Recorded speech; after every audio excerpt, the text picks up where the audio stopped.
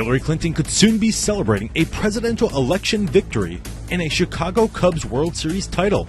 The Chicago native allegedly grew up a Cubs fan.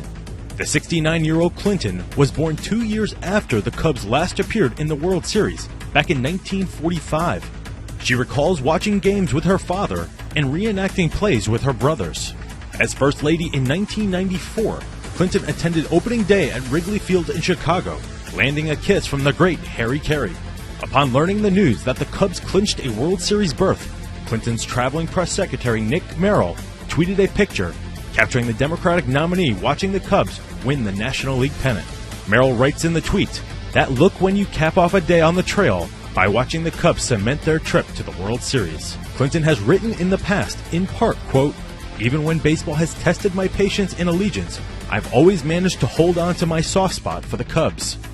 But how strong is that allegiance? In 1999, Clinton donned a New York Yankees cap, presented to her during the ceremony to honor the 1998 championship team at the White House. The then First Lady was believed to have been exploring a possible U.S. Senate run in New York. In her 2003 memoir, Living History, Clinton writes that she followed the Cubs and the Yankees as a young girl because she needed an American League team. She claims that in her neighborhood, it was sacrilegious to cheer for the rival American League White Sox. Clinton idolized Yankees legend Mickey Mantle, even dressing up as the Mick for Halloween when she was 7 years old. But is Clinton a bandwagon fan? During a speech at the Economic Club of Chicago in 2014, Clinton defended her fandom of both the Cubs and the Yankees. "Once a Cubs fan, always a Cubs fan. But my personality was such that I couldn't stay hitched only to a losing team," said Clinton. "I had to search for a team that would counterbalance the experience of losing every single year, so I became a Yankees fan.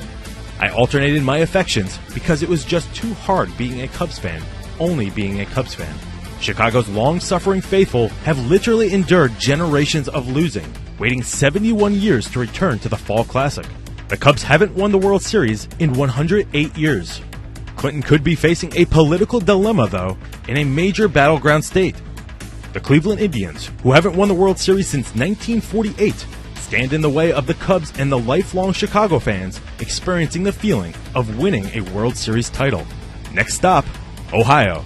For FoxNews.com, I'm Rob Demetrius.